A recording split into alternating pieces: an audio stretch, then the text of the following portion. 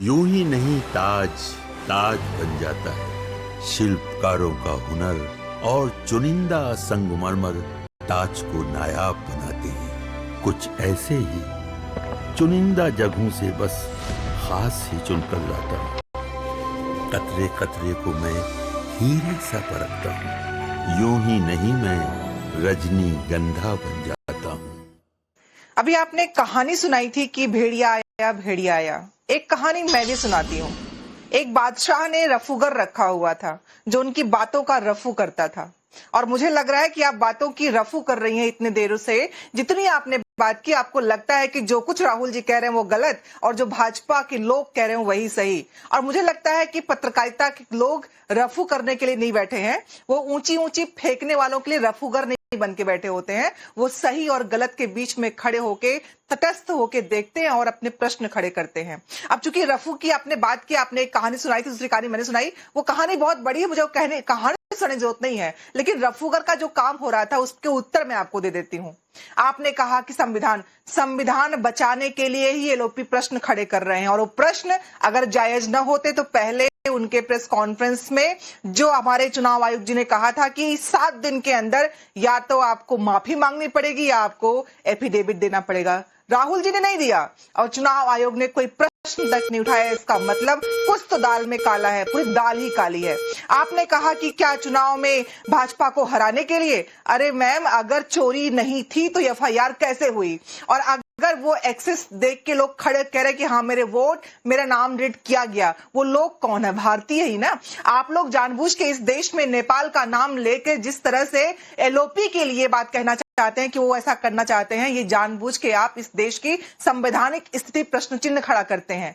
रफूगर का काम सिर्फ रफू करना नहीं होता है। आप रफूगर हैं ही नहीं, आप हैं इस देश के संविधान की रक्षा करने के लिए चौथे स्तंभ के रूप में खड़ी हुई वो व्यक्तित्व जो इस देश को बचाने में अपना नाम कर सकती हैं। लेकिन आपको दिखाना है कि राहुल जो कुछ कर रहे हैं वो गलत है और जो भाजपाई कर रहे हैं वो सही है। और अगर सही ऐसा होता तो पहले कॉन्फ्रेंस के बाद अनुराग ठाकुर 6 राज्यों में उसी वोट चोरी की बात न कर रहे होते। हमने जो कहा वही बात आके अनुराग ठाकुर ने 6 राज्यों की और उसमें चुनाव आयोग ने कुछ नहीं कहा। आपने भी प्रश्न खड़े नहीं किए होंगे। राहुल जी एक विधानसभा की बात करते हैं। सुधा मिश्रा जी, मुझे रफू करने की जरूरत नहीं है क्योंकि मैं रफू के बिजनेस में नहीं हूँ। मैं रफू के बिजनेस में नहीं हूँ। मैं किसी पार्टी की तरफ से नहीं बोल रही हूँ। आपको मुझे नहीं सेटिस्फाई करना है क्योंकि आपकी पार्टी ने तो काफी बैन किया है, मुझे काफी कुछ कहा है, लेकिन आपको कन्विंस करना है तो देश की जनता को करना है। मुझे नहीं कन्विंस करना, आपको मुझे नहीं करना है कन्विंस। और मैं फैक्ट रखूंगी। आप मुझे जो कुछ कहना चाहती हैं कह सकती हैं। मैं फैक्ट रखने से 35 साल से फैक्ट रखने का काम कर रही हूं और 35 साल आगे भी अगर मेरे पर आशीर्वाद रहा तो मैं आगे भी रखती रहूंगी। लेकिन आपने इस बात का जवाब नहीं दिया कि वोट डिलीट हुए थे या फिर अटेम्प्ट टू डिलीट था, जिस पर हाइड्रोजन बॉम्ब फूटने वाला था। अब कहा कि आगे फूटेगा। प्रदीप भंडारी जी, ये हाइड्रोजन बॉम्ब और ये इलेक्शन कमीशन के बीच का जो रास्ता है, इसमें कई गड्ढे नजर आ रहे हैं। आप जवाब दीजिए। जनता त्रस्त है, समझ नहीं पा रही कि आप लोगों में ये चल क्या रहा है। नहीं नविका जी, मैं पहले पूछना चाहता हूं मैं कौन से राहुल का जवाब दूं? क्या सुबह वाले राहुल गांधी का जवाब दूं जो कह रहे थे कि 6018 वोट डिलीट हुए, या शाम वाले राहुल गांधी का जवाब दूं जो सुबह वाले राहुल गांधी को कह रहे थे नहीं सुबह वाले राहुल तुम गलत हो, 6018 वोट डिलीट नहीं हुए? तो चलिए पहले सुबह वाले राहुल गांधी का जवाब देते हैं। सुबह वाले राहुल गांधी कह रहे थे 6018 वोट डिलीट हुए और वोट चोरी हो गई। तो भैया वो सीट तो कांग्रेस पार्टी ने 1989 के बाद पहली बार जीती है। तो आज राहुल गांधी खुद कह रहे हैं कि कांग्रेस वोट चोर है। अब शाम वाले राहुल पे आ जाते हैं। शाम वाले राहुल कह रहे हैं कि अगर 6018 वोट डिलीट हुए होते तो हम चुनाव हार जाते। अब शाम वाले राहुल को यही नहीं पता कि कांग्रेस पार्टी वो सीट को 9000 से ज्यादा वोट से जीती है। तो शाम वाला राहुल फैक्ट चेक सुबह वाले राहुल को करता है, सुबह वाला राहुल शाम वाले राहुल को फैक्ट चेक करता है, और आज का राहुल पुराने राहुल को फैक्ट चेक करता है। आज राहुल गांधी कहते हैं मैं संविधान बचाने के लिए नहीं हूं। पिछले 2 महीने से लेकर किताब लेके घूम रहे थे, मेरा काम संविधान बचाने का है। तो आज वाला राहुल पुराने वाले राहुल को फैक्ट चेक कर रहा है। अब कांग्रेस वर्सेस राहुल पे आ जाते हैं। एक तरफ कांग्रेस के नेता कहते हैं कि भाई हम लोगों ने एप्लीकेशन लिखी फरवरी 2023 में, फरवरी 2023 में हमारी सरकार है। आज जाके सीईओ इलेक्शन कमीशन ने अभी 10 मिनट पहले एक उनके पोस्ट में पढ़ रहा था जिसमें कहा कि 6080 में से 5990 एप्लीकेशन तो फेक पाई गई थी, सिर्फ 25 जेन्युइन एप्लीकेशन पाई गई थी। और आखिरी में नविका जी मैं ओपन चैलेंज आपके शो पे करूंगा, टाइम्स नाउ नव भारत के नंबर 1 शो पे, राहुल गांधी कोर्ट क्यों नहीं जाते और राहुल गांधी का एक भी आरोप कोर्ट में क्यों नहीं साबित सही हुआ। ये रहा मद्रास हाईकोर्ट का ऑर्डर। पहली प्रेस कॉन्फ्रेंस के बाद सुधा मिश्रा जैसे एक उत्साहित कांग्रेस के कार्यकर्ता ने मद्रास हाईकोर्ट में पिटीशन फाइल करी और पिटीशन में लिखा गया राहुल के आरोप जो है कोर्ट ने कहा निराधार है, बेसलेस है, कंजेक्चर है, कोई इंडिपेंडेंट रिसर्च नहीं है। तो भैया अगर इलेक्शन कमीशन गलत करे तो काहे कोर्ट नहीं जा रहे? कोर्ट जाओ, कोर्ट इसीलिए नहीं जा रहे कि कोर्ट में इनका पर्दाफाश हो जाएगा। अजीज खान साहब, आप जिस इंडिया गठबंधन में राहुल गांधी के पीछे पीछे चल रहे हैं, उस इंडिया गठबंधन का तो बेसिक मुद्दा ही यही है कि आप संविधान बचाने निकले हैं। संविधान की धज्जियां उड़ रही हैं और आप संविधान बचाने निकले हैं। राहुल गांधी जी ने आज इस पूरे मुद्दे की ही धज्जियां उड़ा दी। कहा संविधान बचाना मेरा काम नहीं है, मैं एलओपी हूं तो एलओपी की गद्दी पर बैठने के लिए हूं, मुझे संविधान नहीं बचाना है, वो देश की जनता बचाएगी या जो सरकार में है वो बचाएंगे। ये तुक क्या हुआ? मैं पूछना चाहती हूं कि जो संवैधानिक पद पे बैठे होते हैं जिसमें लीडर ऑफ ऑपोजिशन एक बहुत महत्वपूर्ण पद है, क्या उनका कोई दायित्व नहीं है देश के संविधान को बचाने का? क्या वो आएंगे एक हाइड्रोजन बॉम्ब फोड़ेंगे जिसमें फैक्ट्स का जो खुलासा अभी प्रदीप भंडारी जी ने किया है वो करके निकल जाएंगे, सुबह जो कहा उसका फैक्ट चेक शाम को खुद ही कर देंगे? ये क्या चल रहा है? ये कॉमेडी ऑफ एरर्स है क्या?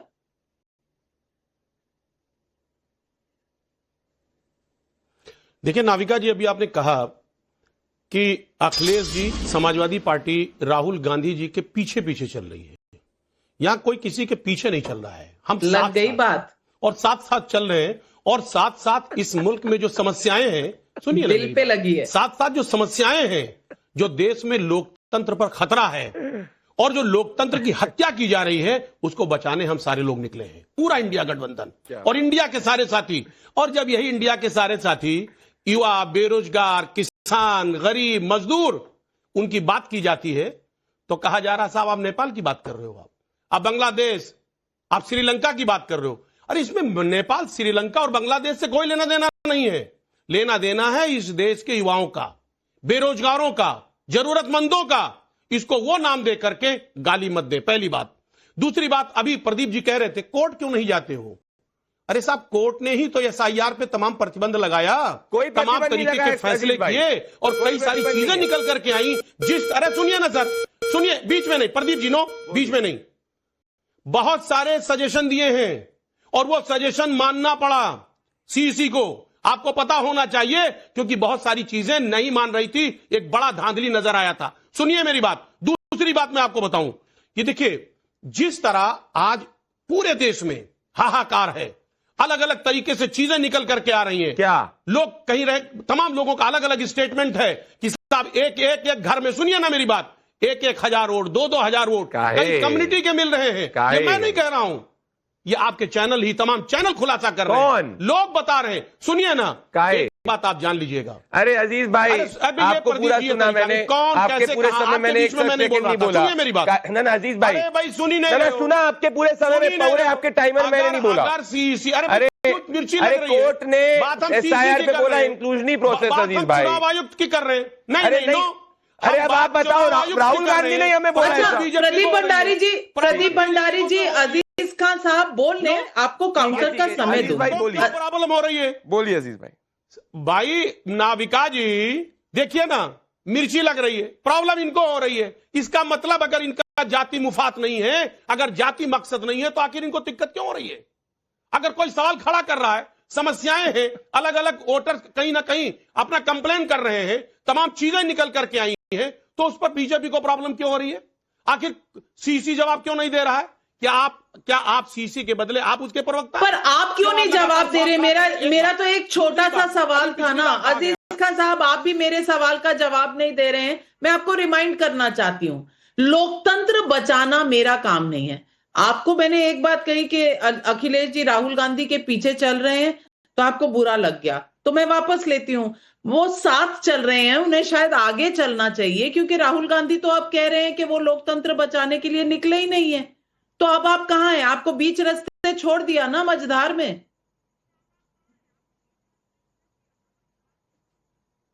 देखिए नाविका जी, पहली बात तो ये समझ लें, सब साथ हैं और सब इस देश के जो लोकतंत्र में खतरा है, लोकतंत्र की हत्या हो रही है, उसको बचाने के लिए सब साथ निकले हैं।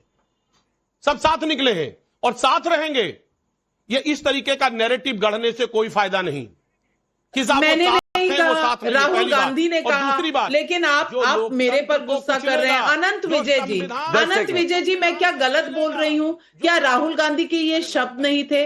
मैंने क्या अभी आपको साउंड बाइट उस प्रेस कॉन्फ्रेंस से नहीं सुनाई? पूरा सीक्वेंस सुना है, पत्रकार का सवाल, राहुल गांधी का जवाब। अब लोकतंत्र को बचाने का जिम्मा अगर है ही नहीं विपक्ष का, तो भाई देश कहां जाएगा?